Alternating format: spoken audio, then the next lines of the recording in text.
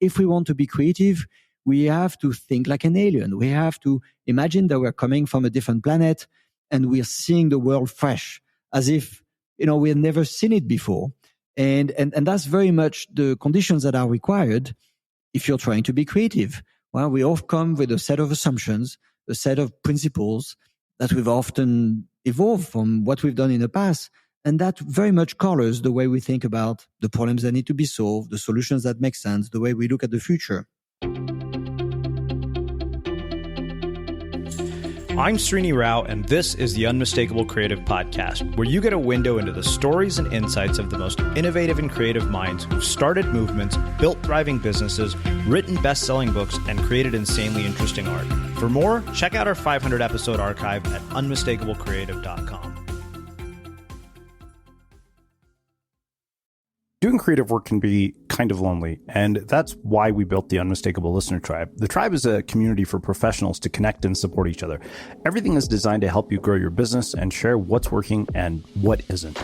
And that's true whether you're a business owner or an artist. You'll get access to feedback, live conversations with guests, and so much more. By joining the tribe, you become part of a community of creators who all support each other, and it's completely free. Hopefully I'll see you there. Visit unmistakablecreative.com/tribe to join. Again, that's unmistakablecreative.com/tribe. Cyril, welcome to the Unmistakable Creative. Thanks so much for taking the time to join us. Well, thanks for having me. It is my pleasure to have you here. So as I was saying before we hit record here, I actually got your book, Alien Thinking, quite a while back. And then for some strange reason, on a random drunken night, I picked it up off the living room table and looked at it and thought, wait a minute, this looks really interesting. And I emailed your publicist back and said, yes, I definitely want to talk to you, one of the authors of this book. But before we get into the book, I want to start by asking, where were you born and raised? And how did that end up impacting the choices that you have made throughout your life and your career? Well, that's actually a very interesting question. I mean, I was born in France, but I quite never lived in France. I've been an immigrant all of my life, believe it or not. And today, I think that this probably impacted my interest in terms of looking at creative people and what sort of solutions exist to the problems that we face in this world. So I was raised in New Caledonia, which is not too far from Australia and New Zealand, and that was when I was a child. And then I moved to Reunion Island, which is a fantastic place in the middle of the Indian Ocean, close to Madagascar, Mauritius. And what's fantastic about this island is that you have people who came from all corners of the world who are living together in this amazing place that sort of erupted from the ocean. It's a volcanic island. And then I lived there until I was 18, went back to France to do my studies, quickly realized I wanted to live in a different place, moved to Canada, where I spent a few years, did most of my studies, and then in the end decided to come back to Switzerland, where I live now. And when you ask the question, how did this impact what I do?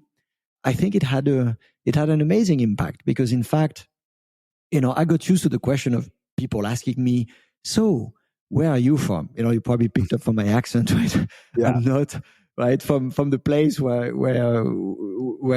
any place that you can really identify. I mean, obviously, I kept my French accent, but it feels uncomfortable at first, but then you realize if you can deal with that uncertainty of being in a place that is not, the one that you've known for a long time, if you go over this feeling of being an immigrant, you realize it's quite nice because you get to learn a lot and you realize that people live in places, they face interesting situations always, but they also show different ways of dealing with those situations. And there's really no standard way of doing things.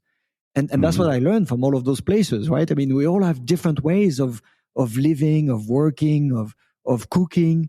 And there's always something you can learn from each place that you go to. Yeah. And probably that again influenced my interest for, how can we bring progress to this world? How can we understand the foundations of creativity? There's a lot of different things you can learn from various places around the world. And that's important if you're trying to be innovative. Yeah. So I have to ask about the island because when you said that, I don't know if you've ever seen the movie Twins. It's a really old Arnold Schwarzenegger movie with him and Danny DeVito. Yeah. And so he, Arnold Schwarzenegger ends up being from this, island where he's not been exposed to popular culture. All he's ever had is books. So he ends up being sort of this very intelligent person who's stuck with Danny DeVito as his so-called twin, with the same mother, who's just kind of a putz. But what that makes me wonder is when you on a place like an island, what is the sort of social structure and social life like? How does being from somewhere that small impact your social relationships? And then as far as sort of, popular culture and what's going on around the world, how much are you exposed to when you're in an island, like living on an island like that? And how does that shape your sort of value systems and beliefs? Yeah.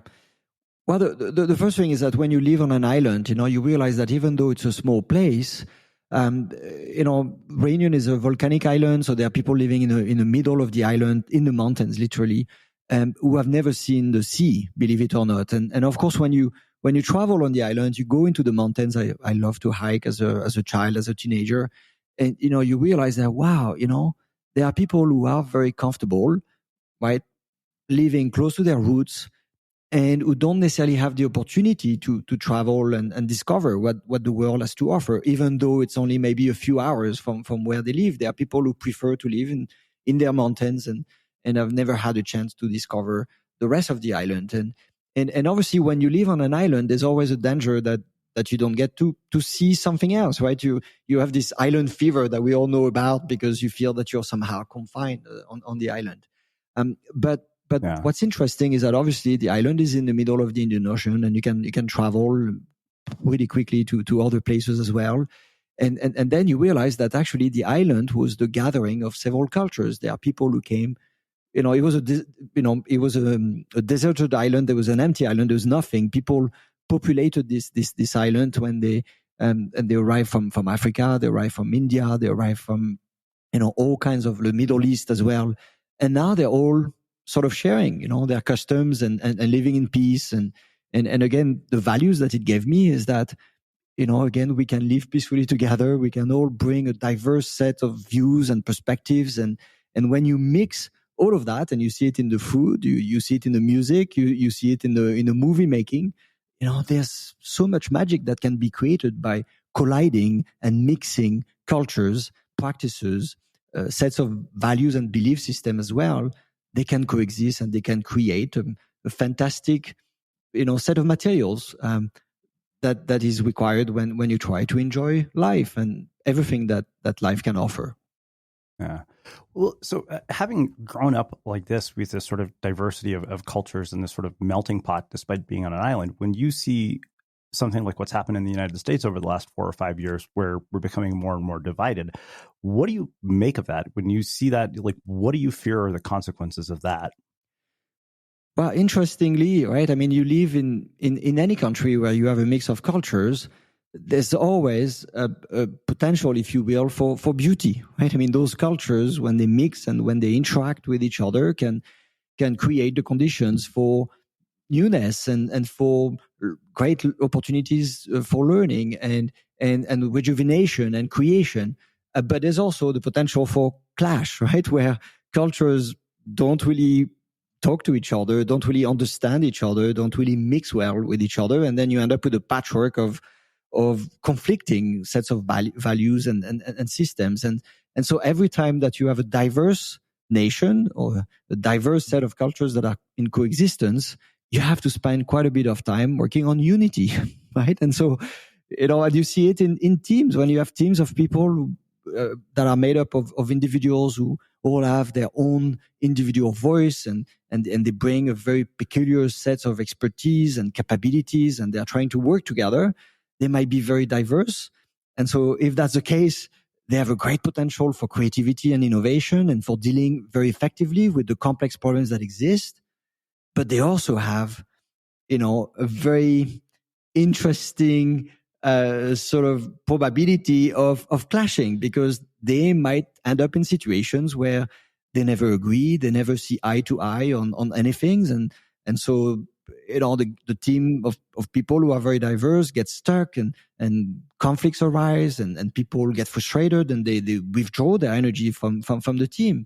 And so, whenever I work with a diverse group of people, we try to leverage the benefits of diversity, but we also spend quite a bit of time trying to build a united team of people. And the same goes for, again, teams in organizations, but also for countries, right? I mean, we should be working on integrating our cultures, integrating our belief systems, integrating our practices, but keeping our individuality, of course. And again, we should build bridges and not walls. That's, the way I like to think about what makes the world beautiful.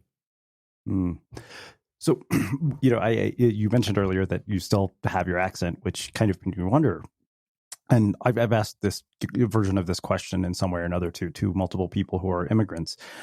When you are exposed to so many cultures and you're moving around so much, how do you preserve aspects of your culture through generations? And I'll, expand on this. So this is something I've realized being an Indian person who has a sister who married a guy who's from a different part of India where we speak different languages. And, at the rate things are going, my parents are like, the likelihood that I'm going to end up with an Indian girl doesn't seem very high. And my first thought is that the first thing to go is going to be language. And, I speak my native language fluently, but even to this day, having been born and brought up in the United States, my parents will speak to me in our native language and I'll reply to them in English. Yeah. That's just kind of how it's become. And that's apparently quite common. So I wonder in your own life, how you've managed to preserve culture and heritage, despite having gone, and lived in all these different places. Yeah. So obviously, I mean, it's a very interesting question, right? You have to stay true to who you are first. I mean, I really believe that, again, you come to a place that is made up of very different, sets of principles and you can bring something that is very special, very unique to it. And so you've got to believe in your individuality and what is it that you can bring to a team, to an organization, to a country, right? When you come from somewhere else. And that's a very special voice. And you have to believe in that and try to preserve it as you mentioned, because there's always a risk, right? That you end up being like a virus, right? You arrive in a new environment and the new environment is made up of a certain set of principles and your different way of thinking, your different way of living, your different way of doing things might be perceived as a risk for that system that exists. And so like any virus, you might get rejected, right? I mean, people might perceive you as the alien. People might perceive you as somebody who is clashing with the established norm that is prevalent in a given society. And so like a virus, you might be rejected. But you might also get infected, right? Yourself, right? I mean, the system will try to absorb you. So if they don't reject you, they will try to make you look more like the other people, right? Who are there and who are trying to represent a certain view of how the world works. And so, as you mentioned, it's very important to preserve who you are so that you can continue to bring, right, your individual voice. But also you should adapt somehow so that you're not perceived as totally alien and totally clashing with the systems of beliefs that are in place. So how can you preserve yourself, but also mix, nicely with the system, the way it exists? And when I go to my own personal life, Sweetie, I mean, I ended up marrying a person who was Canadian, but was also, coming from different sets of cultures. Her father was from India. Her mother was from Trinidad and Tobago, and of course our kids were raised in a very global, eclectic, type of environment. And I always spoke French to my kids at home. And my wife, and we are now separated, but my wife at the time always decided to speak English to them, and so we. At the dinner table, we could switch easily from French to English, but they were raised in a perfectly bilingual environment. They went to bilingual school.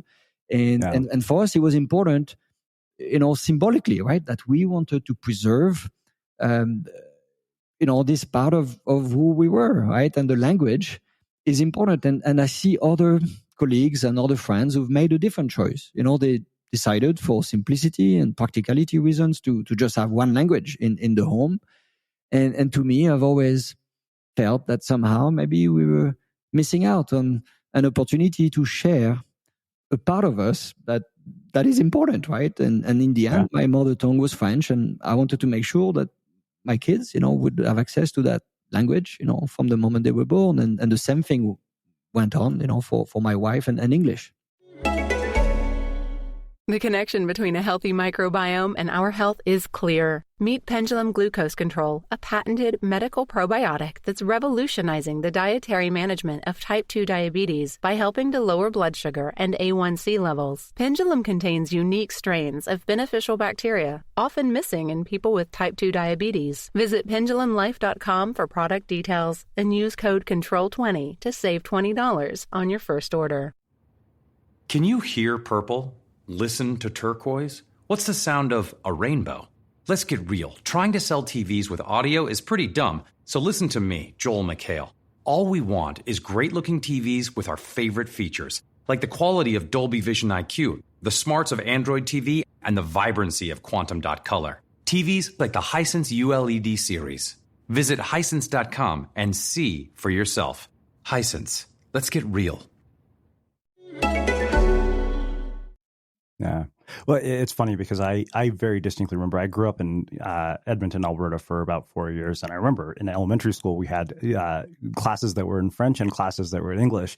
And I always wondered to this day why my parents didn't put me in the French class, because as you probably know, it's so much easier to learn a language when you're a kid. Somehow you just pick it up without even trying. Yeah, for sure. So you leave the island. What has been the trajectory of your career that has led you to the point where you're writing this book and doing the work that you do after leaving the island? Well, listen, I left the island. I was 17, went to France, decided to go to university over there, and then quickly realized that, in fact, I wanted to continue to discover the world. And I quite didn't fit in France, right? I mean, I didn't speak like the Parisians.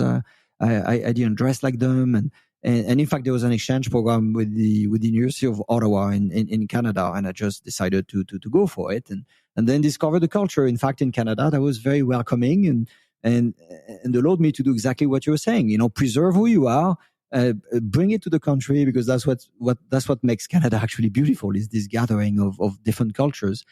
And then essentially I was still a French citizen, and at some point I had to do my military service.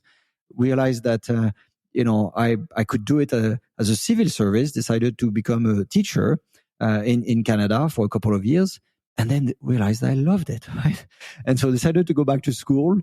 And after a few years, joined IMD. IMD is here in Switzerland. Is a very special place.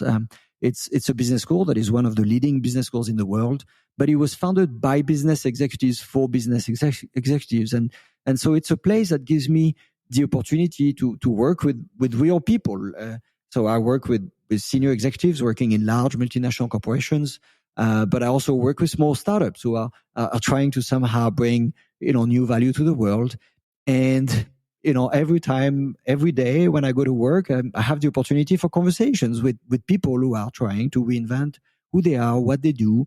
And over the years, I've learned a great deal about what makes certain people, certain organizations successful, what makes them able to think differently about the world in which we live, identify important, meaningful problems that need to be solved, but also be creative in the kinds of solutions that they bring to the world. And so I've seen a lot of willingness to reinvent what we do, but I've seen interesting journeys with sometimes great successes, but also in other occasions, frustrations. And you learn from all of those experiences. And that's what we try to bring in the book. Yeah. So 2 questions. We talk anytime you go to a new place, they talk about this whole idea of culture shock. And I wonder, when you come from the island to France to Canada, when you get to Canada, what aspects of the culture shocked you?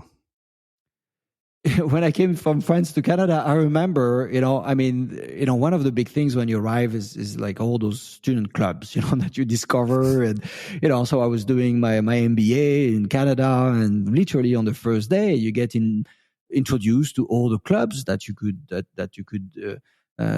participate to. And then I remember the first people I ended up talking to were absolutely wonderful individuals. A club of the gay and lesbians and transgender, and I felt, wow, this is amazing, because I could never imagine. And at the time, I mean, it was 30 years ago or 20 years ago rather, and I couldn't imagine that this could be possible in a country like France, who was much more traditional and And, in France, you would expect to see the sports clubs and the chess clubs.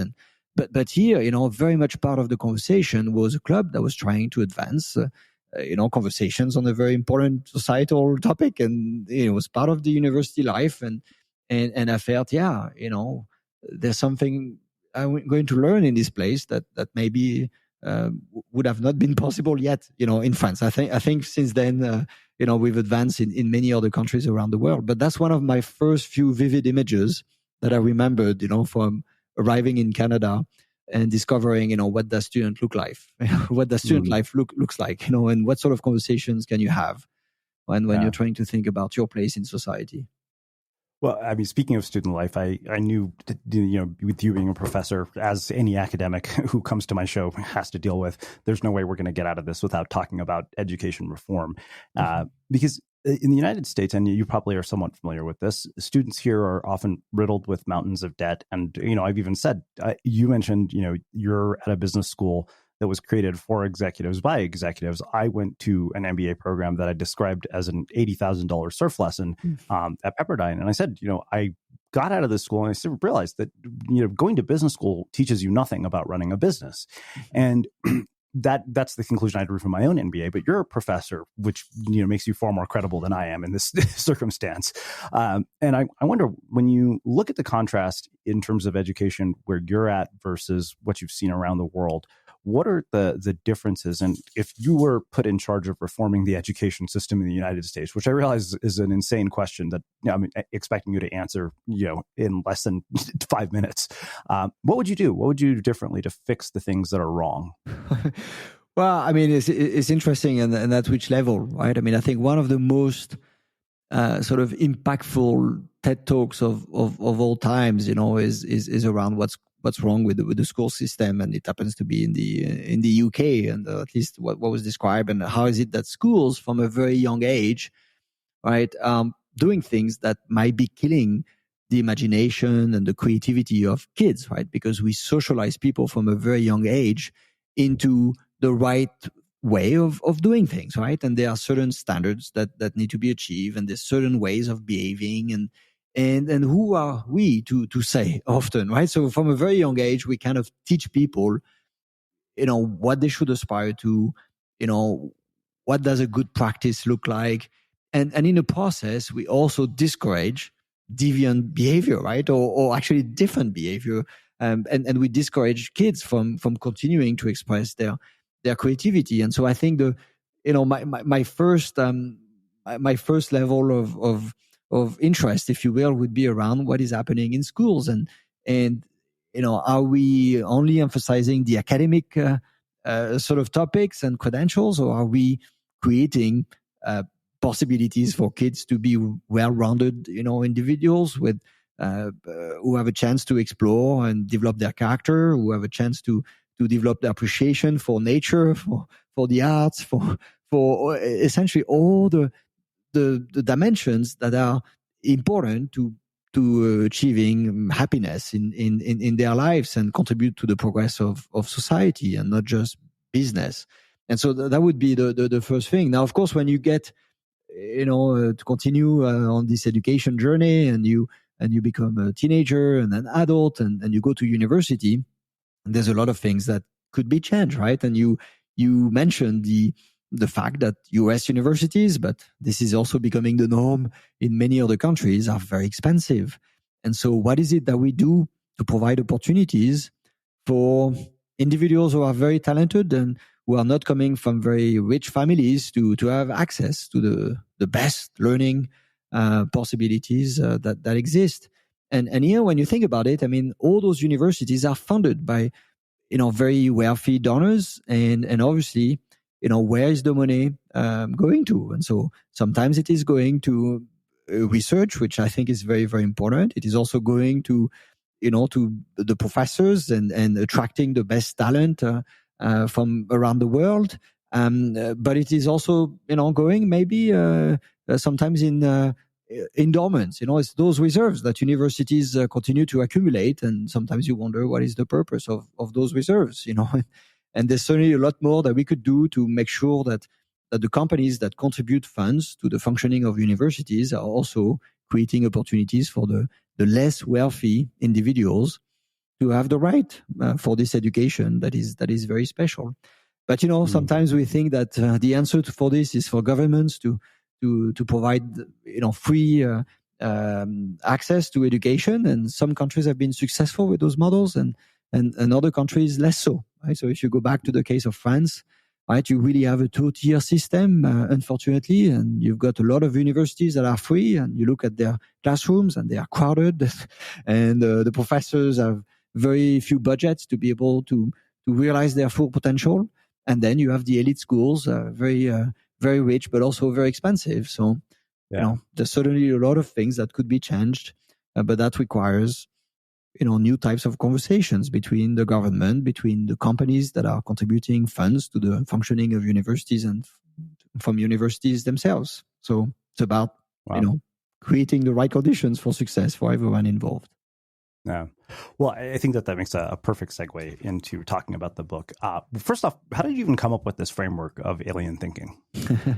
Well, this was again, interesting. I mean, I had, one of my colleagues who is actually also a professor in Canada, is just teaching at McGill University, and her name is Estelle Métayer, and she was, sort of teaching a session in one of my programs, and she did it a few times around overcoming biases and again looking at the world with new eyes.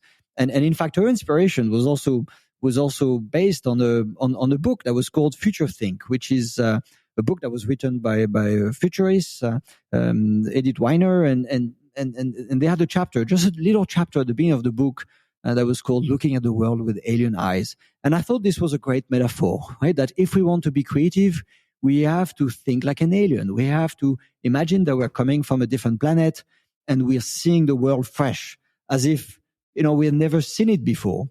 And that's very much the conditions that are required if you're trying to be creative. Well, we all come with a set of assumptions, a set of principles that we've often evolved from what we've done in the past. And that very much colors the way we think about the problems that need to be solved, the solutions that make sense, the way we look at the future. Right? If you're an accountant, you see the world in a certain way. If you're coming in from marketing, you see the world in a different way. If you're an expert in a given field, they will provide you with a lens from which you will derive all the truths that you're willing to endorse. And if we want to be creative, again, we have to build multiple lenses into our reasoning and our making sense of the world. And the best way to be able to do that is to really force ourselves to think more like an alien would. You see the world, as if it was, like if, it was the first time that you ever had a chance to experience it. Now, the metaphor is powerful also in another way. Is when you're an alien, when you're creative, you come into the world and it's a very dangerous place, right? I mean, you don't fit, you come up with different ideas, you don't fit, people will look at you with suspicious eyes. And think about the movies you've seen, right? Srini, how often does it end up pretty well, for the aliens in the movie? Except for E.T. Yeah, except for E.T. But even he has to kind of like escape a few difficult situations, right? And so that was a great metaphor, right, for us. But it's a little bit like saying, well, you've got to think like an immigrant, or you've got to think like a child. You don't know yet. You think you know, but you don't know. And that's not very useful. It's also like to think like you have to think outside of the box, right? You have to escape the prevailing logic. You have to fight orthodoxies. But how do you do that? Like, how do you do that? And this is where beyond the metaphor, we also use the metaphor to provide a very useful set of techniques that people can actually apply from any sphere of life. So whether you're working in the government, or you're working in a company, or you're working in the hospital, or you're an independent entrepreneur, or you're a writer, or you're an artist, what is it that we can learn from pioneering thinkers and change makers in terms of how they approach the world and how they become creative? Well, we've studied quite a few, and we come up with a set of strategies. And that's why ALIEN is also an acronym. It's a word that stands up for 5 lenses. And so, the A means something and so on. And each letter is essentially a letter that represents a part of the mindset that you need to embrace, and a set of strategies that you can use to foster this particular take on the world. And that's what we go through. Answer me this. How long have you had that mattress? Because it's looking even lumpier than my lockdown love handles. And while those might be more cuddly, a lumpy mattress is doing nothing for your comfort levels or your sleep. So whatever body you're rocking, put it on a Nectar mattress. And right now you can save over $500 on any queen or king bundle. That includes a Nectar mattress, foundation, mattress protector, cooling pillows, and sheet set, as well as our 365-night home trial and a forever warranty. Go to nectarsleep.com/save500 and get hugged. The book. Yeah. Well, let's get into those, because I think that was my favorite thing about it is the fact that you took that acronym and you created this just brilliant framework for how to look at this. And let's start with attention, because it's funny. All the conversations that we've had about attention here on Unmistakable Creative have typically centered around managing your attention and dealing with distractions. But I think what I appreciated about this is that you had a very different take on this. It was a sort of new idea when we're talking about attention. And you say, when we turn our attention towards something, we must necessarily turn it away from something else. Because attention is a selective activity, we must choose where and what to focus. The attention allocation directs how individuals and organizations interact with the external environment. It determines which stimuli they notice and which they look at. And then you go into these concepts of zooming in and zooming out. So can you expand on that and talk about how it affects our work?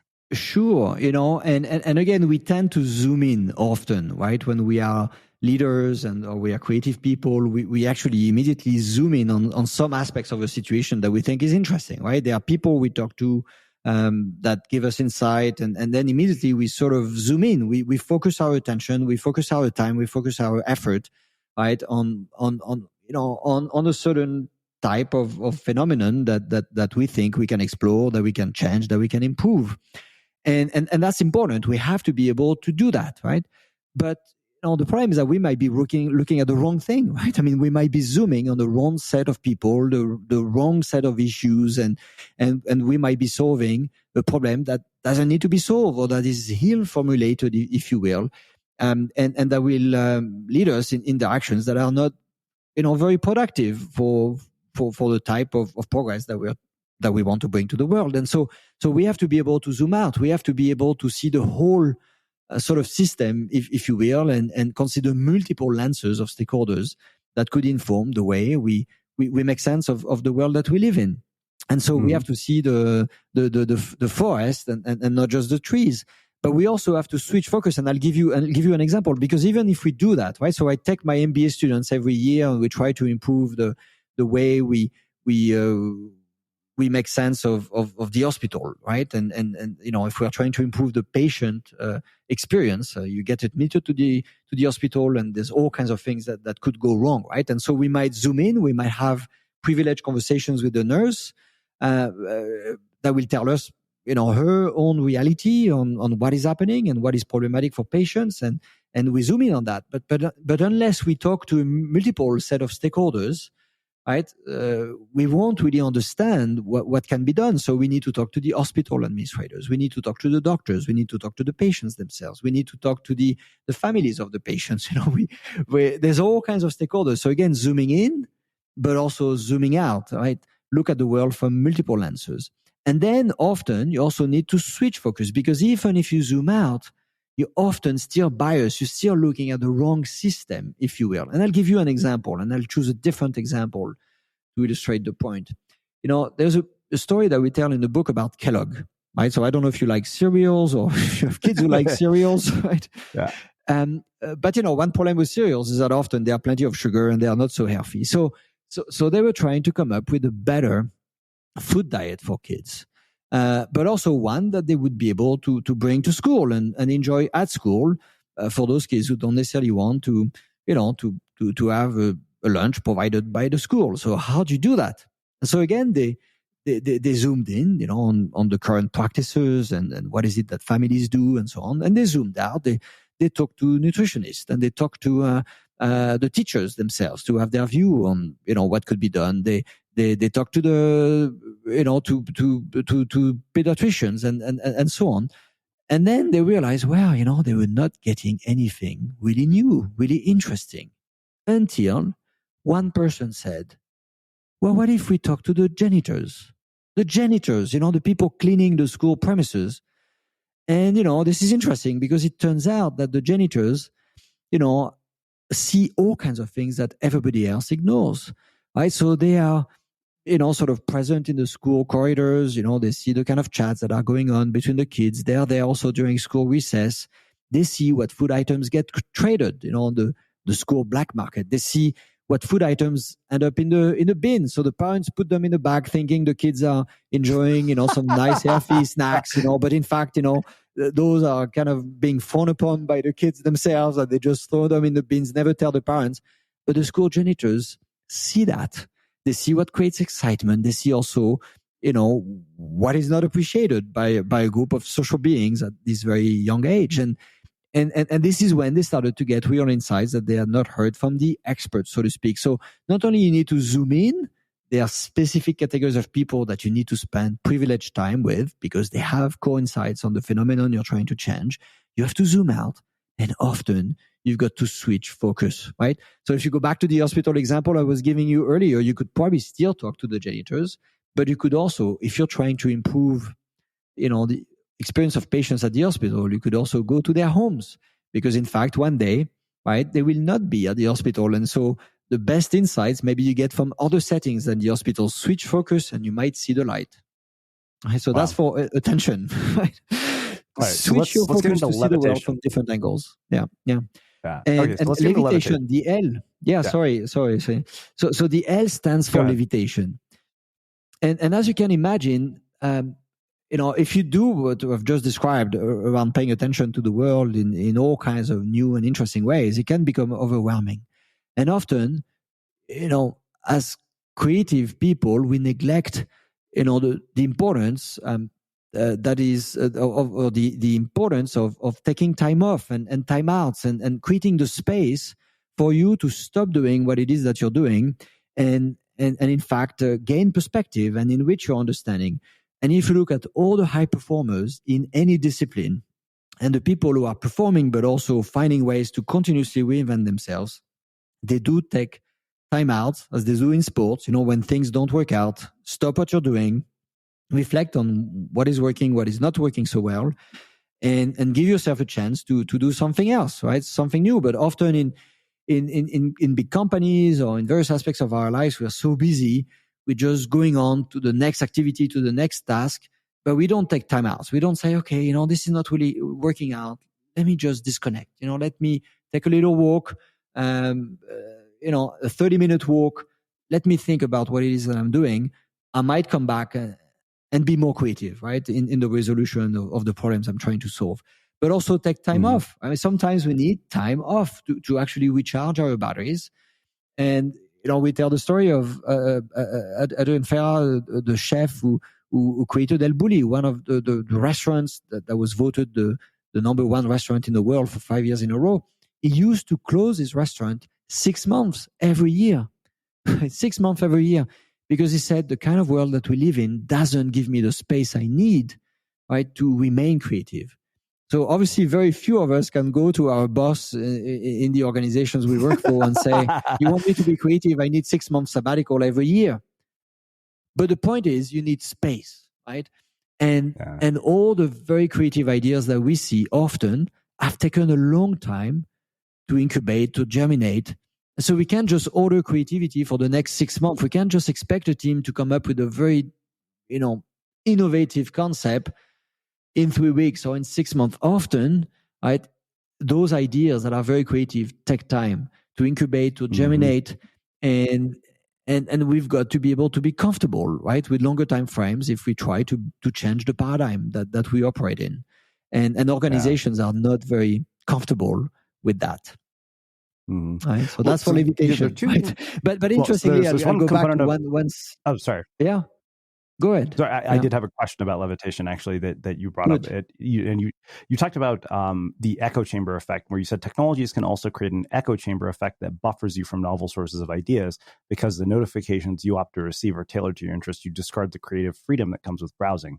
How do people stop doing that? Because to your point, I saw this when I started watching Trevor Noah on YouTube, and next thing I know, all my recommendations were Jon Stewart, Stephen Colbert, pretty much everybody who would basically fall into the category of being on the left. Yeah. So you're completely right? I mean, we live in a world where the shows we watch on Netflix are customized to our taste. Every application that we use on our mobiles is essentially trying to code, what is it that we're interested in, and tries to provide content that fits, with what we want to see. And that is working against us when we are trying to be creative, where we need serendipity. We need to be exposed to ideas that we would have never come across otherwise, right? So we need to fight this, right? And indeed, that's the problem with digital tools. They're so efficient, right, that they bring the information we need at our fingertips. But sometimes, right, to come up with better solutions to the problems we face, we don't know what information we need, right? The learnings can come from anywhere. And topics that we would have never explored, if we had been rational about them. And so we need to fight that. And there's simple things that we can do, right? I mean, it's still okay, to go to the library and just stroll through the books, without any purpose in mind, and then just pick, a book randomly and say, I'm going to read this, and maybe I might learn something in this.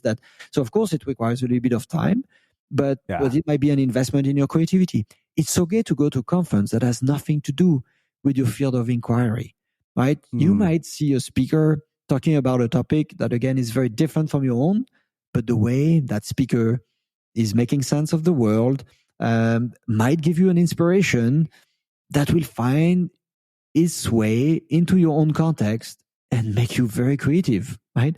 Yeah. We say innovators steal with pride, right? Innovators don't have, sort of eureka moments where they think about concepts that had never been envisioned before.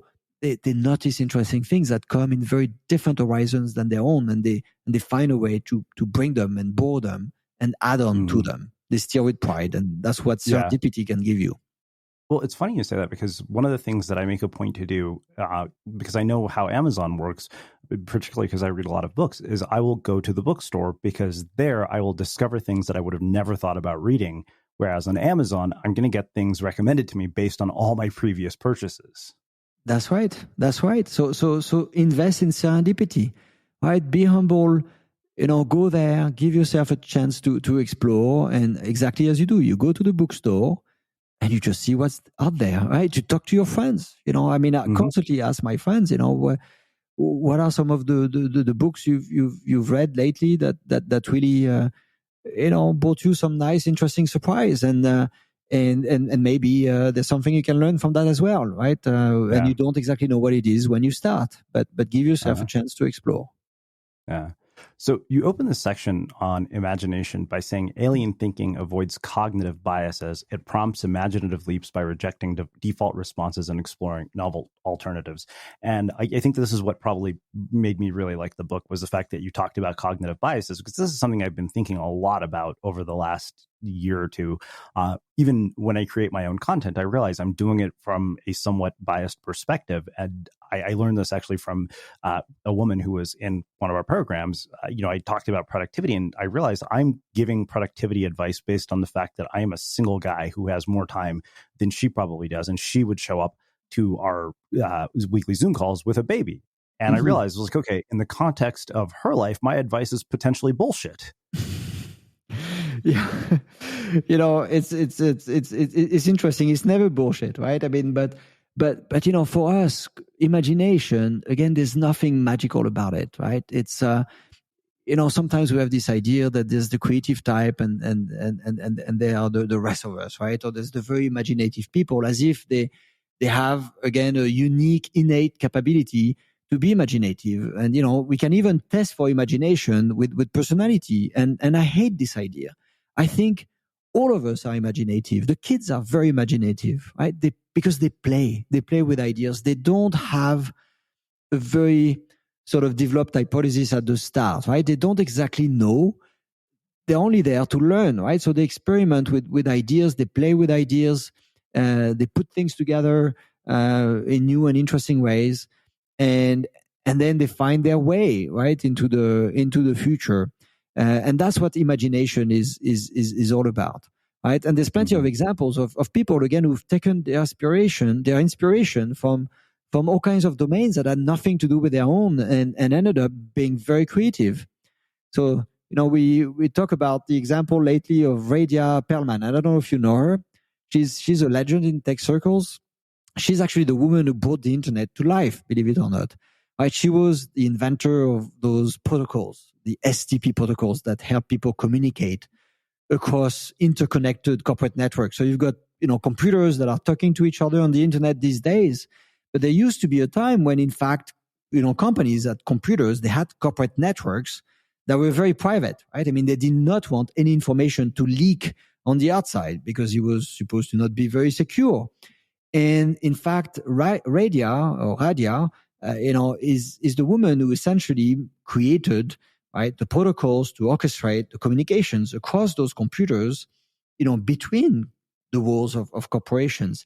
And where did she get her inspiration? From nature, right? And from the image of a tree in particular. So she was not a techie, right? But she observed nature and she looked at how trees were interconnected, and somehow she managed to bring that inspiration to the world of computing and to create the conditions for the internet, right, to arrive. And for us, connecting the dots, so in this case with nature and computers, is what imagination is all about.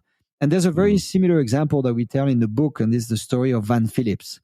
And Van Phillips is a young gentleman who had lost his lower leg in a water skiing accident.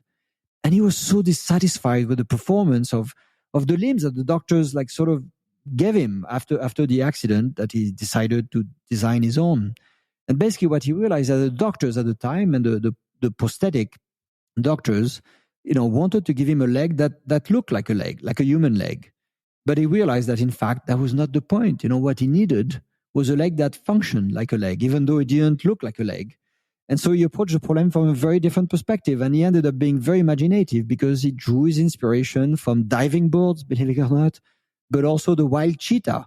And he's like, what is it that I can learn from a diving board and from the wild cheetah? And he made connections between the elasticity of the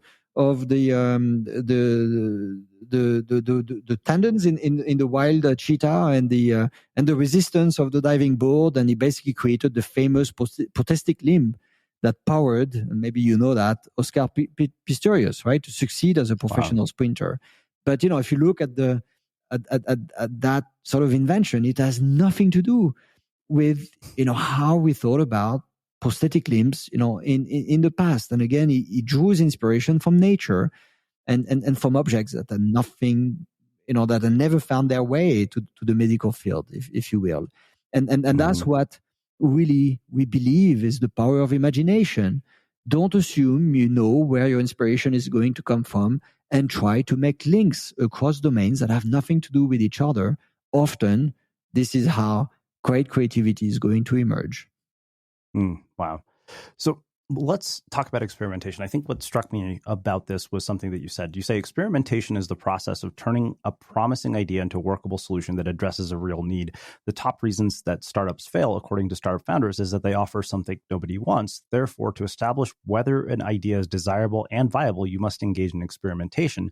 Just as important, experimentation is an essential tool for exploring your options and testing your assumptions. But I think what struck me most was you make this distinction between how alien thinkers conduct experiments and the scientific method. Can you expand on that? Yeah, absolutely. Because indeed, we spend quite a bit of time running experiments at IMD and with the organizations we work with. But often we realize that the way we run experimentation in organizations is totally wrong, because in fact, we are too attached to the scientific method, right? And again, the scientific method is very powerful, and it tells us you develop a theory on any given, sort of subject, and then you need to look for evidence, right? That is going to either validate your assumptions, right? Or invalidate your findings, and then will help you to evolve that theory. And that sounds great in practice. But, when you bring it to the world of organizations and you bring it to the world of us, right, as individuals trying to be creative, this is how the scientific method gets implemented. I'll give you another version where I have an hypothesis, and now I'm going to look for evidence, right, that will tell me if this hypothesis is right or if it needs to evolve. The problem is that when we look for evidence, right, we are often just trying to find, and in fact, we see only the evidence that is going to support the initial theory that we have developed. And, we all do this. I mean, I was a PhD student in Canada, and I developed a set of hypotheses that I presented to a jury of professors. And the only way I could get my PhD is if I found data that supported the hypothesis. If I just find data that contradicts my hypothesis, they will tell me to go back and study more. Right? So, and the same goes, we are trying to be creative in organizations. We are expected to succeed. And so we develop a set of assumptions around a new product, a new service, a new solution that meets customer needs in new ways. And then, of course, we are testing, right, those ideas. But the only thing we want to find is data that confirms that we are right. Yeah. We are there to prove, not to improve. Yeah. and that's the problem. And one executive I worked with told me, if you torture the data long enough, Srini, it will confess. and that's what we do. When instead we should be letting the data speak. And so sometimes we don't need an hypothesis, right? We don't need an hypothesis. We could just look at data and see all kinds of things that are interesting and derive a theory from it, right? And we often don't do that. We think it's wrong, right? But we have to be able to play with ideas without a clear hypothesis at the start and see how the future unfolds as we see it, right? Mm-hmm. Without always a clear hypothesis at the start. So that's what we try to explain and how to do that in the book as well. Yeah. So when you get to navigation, you say successful navigation starts with preparation to respond appropriately to threats and opportunities on the spot. You need to be physically and mentally prepared. And then you say something, I think that this is what I really wanted to ask you about. You said, whether working independently or within an organization, innovators often delude themselves in two ways. They overestimate the ability of their breakthrough solution to speak for itself and succeed on its own merits. They fall prey to the "if you build it, they will come" fallacy. Second, they underestimate the potential hostility of the environment. How do you actually avoid both of those?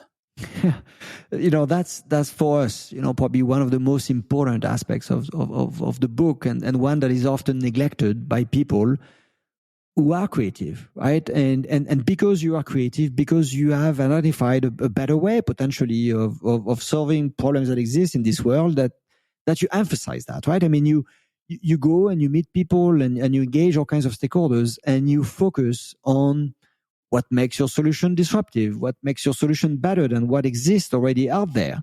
And of course, we've spent so much time perfecting, developing those ideas that we've fallen in love with them. And we somehow expect that everybody will kind of welcome us with open arms and say, thank God, you've arrived. And, that solution doesn't speak for itself. In fact, that disruptive solution is going to clash with a number of belief systems that exist. And so disruptive innovators need to work extremely hard to just explain, why their solution has merit, even though it's perceived to be so different from everything that exists out there and that we've experimented with in the past, because it's not obvious, right? And we also have to take special measures to engage people in our vision, because often there are people who are there to protect the status quo, right? For good reasons, because again, you come up with a different practice. Is it really going to bring progress? Or is it going to disrupt what is there and is somehow working, right? And we're never quite sure at the start. And so that's why in case of a doubt, when you see a new practice, shoot it, because it might be a virus, right? That is going to be disturbing. So there's plenty of examples, right, in the book that we describe. And there are ways you can deal with those situations, right? Mm-hmm. One example is James Dyson, right? And, of course, he worked and he perfected a system of vacuum bagless sort of vacuum cleaner. And initially he just wanted to sell that that concept, right, to the big vacuum manufacturers. And so he approached them and say, voila, look at this. You can have a bagless vacuum cleaner. How neat is this? And of course, he was met with a great level of skepticism because for them, it totally clashed with their business model that was in place. No more bags to sell. And Steve Sasson, the inventor of the first digital camera at Kodak, made the exact same mistake. He developed the first digital camera, presented it to the senior executives at Kodak and said, ladies and gentlemen, this is filmless photography. And the moment you do that, you clash with all the belief systems of executives who spend their whole career trying to build a company that would be the leader and that would be extremely proud of the success it had on the processing of film. And so if you propose a filmless paradigm, you're clashing with everything that people actually believe in. So maybe it is a new technology for the future, but you've got to work hard. And there are very simple things that you can do, Srini. So in fact, it took him a few years, go back to the Steve Sasson example, to evolve the language to digital film. And the moment you talk about digital film, you show how you relate to who you are as an organization and what makes this company special and the roots of what has made this company successful in the past. And so it's digital film. It's just a new way of doing what we know is important. And that is often a better way of engaging people than saying, whatever you've done in the past is irrelevant, is obsolete. And look at me, I'm so smart, I came up with a better way of doing things. So we've got to find the right balance. We've got to emphasize the disruptive nature of the ideas that we bring that can be better in many ways. But we've got to wrap those disruptive concepts in a language that will resonate with people, that they are willing to embrace, that they are willing to support. One of the great inspiring executives that I worked with in the past, Jean-Paul Bailly, is the former CEO of French La Poste. And the Post, like many other post organizations around the world, was getting disrupted by digital in many important ways. And he said, you've got to change so that you can stay yourself. All organizations exist for a reason. They have a vision of who they are, what is it that they do that is important. And when you bring a creative idea, you have to show the link to this DNA, if you will. And if you can do that, you can engage people and have much better conversations around the disruptive nature of what you do. But often innovators neglect that and they clash very violently with established system of beliefs that exist, and then they get rejected. Yeah. So, one thing you say when you get into the section on alien thinking and action, and this really struck me, you said alien thinking is not something you do at a particular time in a dedicated space with clear rules and staple props like whiteboards and sticky notes. It's not a set of gimmicks, but a mindset change to achieve creativity and turn ideas into solutions. Alien thinking is something you can call on at any time whenever you hit a roadblock. It's something you have on tap when needed. And I loved that you said that, because I think the tendency for anybody who, is a knowledge worker, anybody who is a creative, when they see mental models like this, and I know this because this is my own tendency, they will tend to go into, okay, how do I follow this, sort of step-by-step approach to get the results that Cyril is saying I can get? Yeah. And yet I love the fact that you looked at it much more as a mindset as opposed to a series of tactics. But how do people get out of that sort of map seeking mentality of, hey, give me the formula, give me the steps, and I'll just follow them, to, wait a minute, I need to basically take this and treat it as a compass and come up with my own interpretation? Yeah. And that's the whole point. And I think, frankly, Srini, that's why we wrote the book, because we were getting increasingly frustrated with the way people try to implement, design thinking and lean startup principles in organizations. I mean, I'm a big fan of design thinking. I'm a big fan of the lean startup, but often the way people implement those answers in organizations is wrong. And because they fall into the trap of, following a neat series of steps, and they fill out a few templates. And of course, they say, I need those beanbag chairs and I need a stack of Post-it notes. And somehow it's all innovation theater, right? They give themselves the impression that they are being creative because they follow a series of steps or they fill out templates. But in fact, they are not, because they are missing the essence of what it means to be creative and what it means to see the world in a new light and what it means to create those connections that we've talked about across very different sort of domains of inquiry, and to give yourself a chance to experiment with ideas, and give yourself a chance to engage people in new types of conversations and build support for the concepts that you've created. And so it is a mindset that doesn't necessarily require a very nice sequence of steps. And, most of the creative people that I've met, they don't have like a nice series of steps that they are following. They just do it their own way, right? I mean, they just do it their own way. But, it's interesting that whatever they do, they actually embrace, right? We fundamentally believe, and that's why we have so many interesting stories in the book, the principles that we're describing. And so whatever it is that you do, are you asking yourself the right questions, right? Are you, considering the world from multiple lenses? Are you giving yourself a chance to pause and reflect, or are you just chasing the next impossible dream all the time and diluting yourself in the process, right?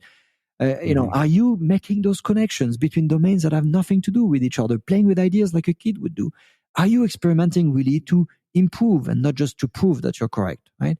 Are you navigating all the forces that can support or block your progress, right? And if you ask yourself those kinds of questions, and there are things that you can do to give yourself a chance to embrace those questions and integrate them into your day-to-day practice, then you will end up being creative regardless of the process and the steps that you follow. Wow. Well, I have absolutely loved talking to you. I think that this has just been a really just eye-opening, insightful conversation. I love this book because it really teaches you to question your own assumptions and then think differently, which I love. So I have one final question for you, which is how we finish all of our interviews at the Unmistakable Creative. What do you think it is that makes somebody or something unmistakable? Tell me, Cyril. So it's funny because people have answered this question in different ways. And of course, when you write a book called Unmistakable, you have to define it. And I have always defined it as doing something that is so distinctive that nobody else could do it but you in the way that you do it. Well, and it's interesting because when you asked me that question, I thought about the French expression, which is je ne sais quoi. And I don't know if you've heard it, but I have. We are all beautiful. And, it doesn't matter, who you are, how you look, what you do. We are all beautiful, and we can all bring something very special to this world. But where things tend to go wrong is when we lose that sense of individuality, which, the French refer to the expression je ne sais quoi, that there's something quite interesting about each one of us.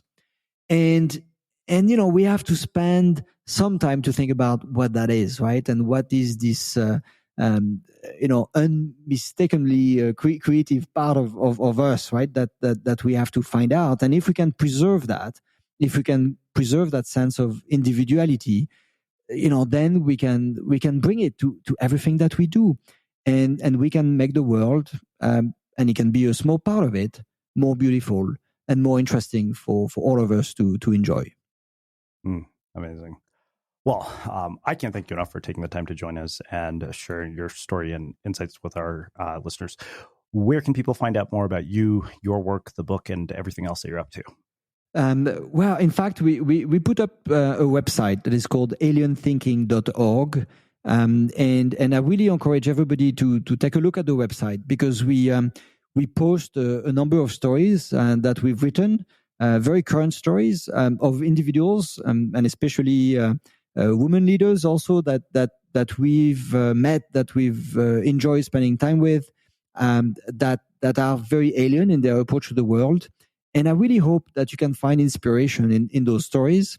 Very soon, there'll be also a little diagnostic tool that you can take. In fact, is going to be up in the next few days, and so you can put yourself to the test. There's a few questions that you can answer, and you can see what are some aspects of your mindset that you can work on, and we'll provide you with a tailored set of recommendations that you can follow. And all of this is accessible on the website. And so alienthinking.org, we want to maintain it and make it a place that you like. So, feel free to visit it. And there's even a contact form. So if you want to get in touch with us through the website, we'll be delighted to chat. Amazing. And for everybody listening, we will wrap the show with that. Thank you for listening to this episode of the Unmistakable Creative Podcast.